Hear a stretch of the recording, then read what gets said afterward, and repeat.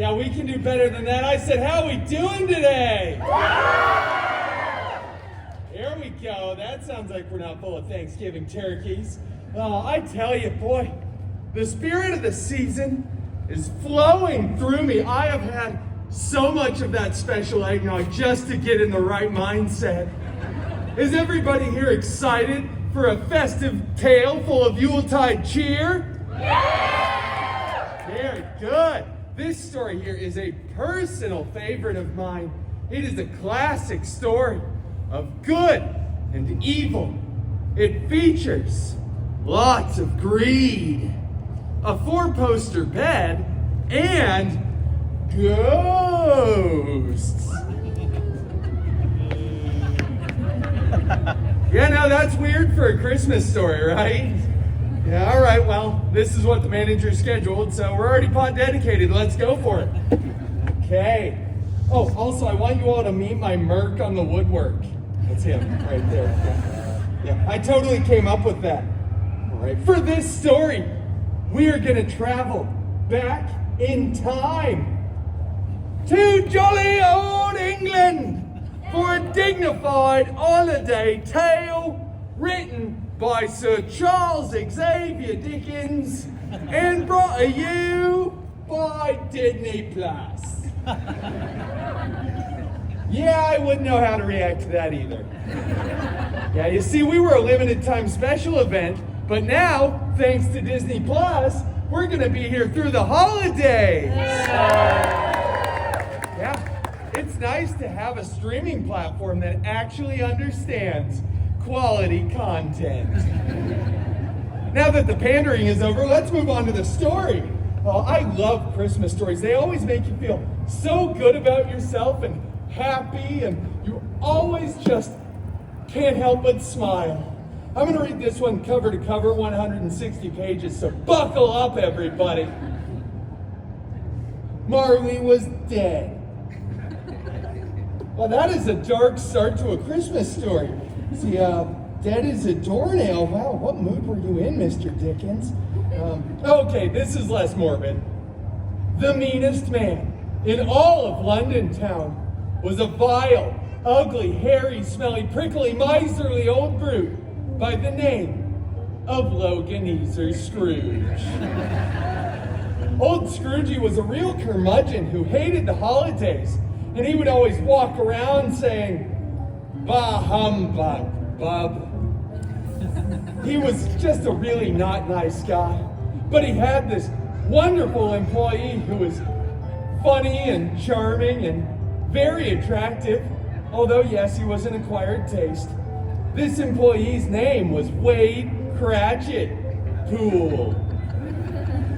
Poor Wade just wanted to take a single day off and spend time with his family. But old Loganezer kept saying, "Shut up, get back to work and count me money, bub." He was very mean, smelly. Did I mention hairy? Because he was such a bad dude, old Scroogey was visited by his dead partner, who was a dead man, or I guess we could call him an X-Man. Yeah, that was low-hanging fruit. I'm so sorry. He told Scroogey that he was going to be visited during the night by 3 ghosts to teach him the real meaning of Christmas.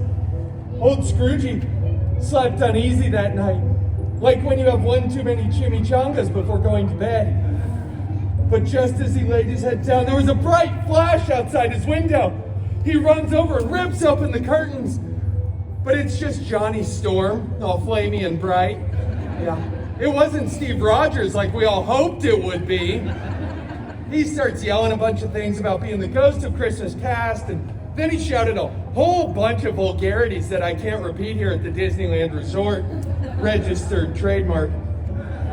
But basically, he just takes Scroogey and shows him his sad, poorly rated X-Men origins. Then the ghost of Christmas present showed up, and it's a giant, child-minded figure, larger than a normal man should be, made completely out of metal, and with an obnoxious Russian accent. He says, "Loganezer, gaze upon the Cratchit Pool family and see your shame."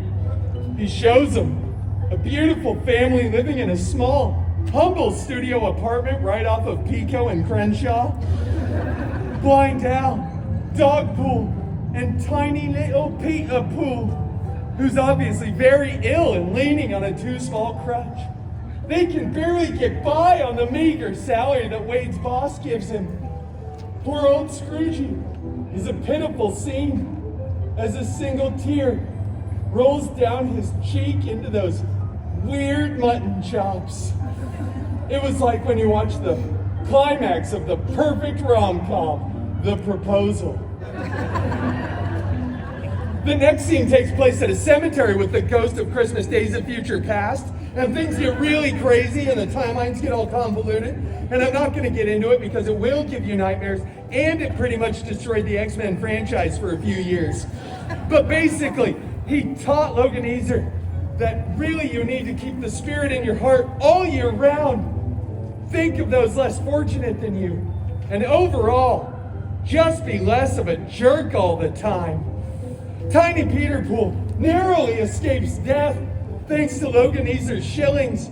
He heals up and they become pals. And then Logan Easer is true to his word and becomes a better man. And at the very climax of the book, little tiny Peter Pool, all healed up, skips his way over to Logan Easer, grips him by his masculine inner thigh muscles, and then says, directly into camera. That one right there, yeah. You're welcome, Instagram. God of thunder bless us, everyone.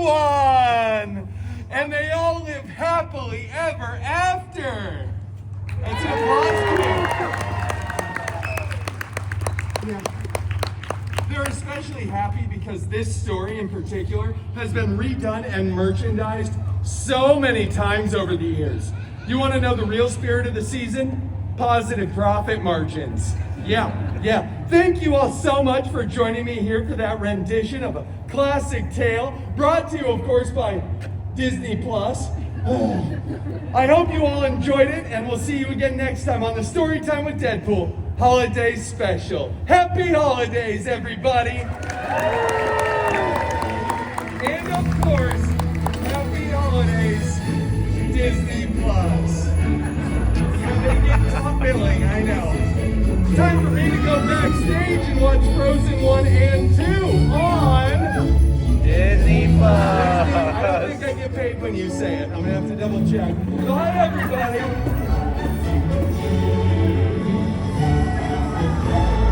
Oh, thank you all so much. I love all of you, but not as much as I love Disney Plus. Oh, I'm such a sellout.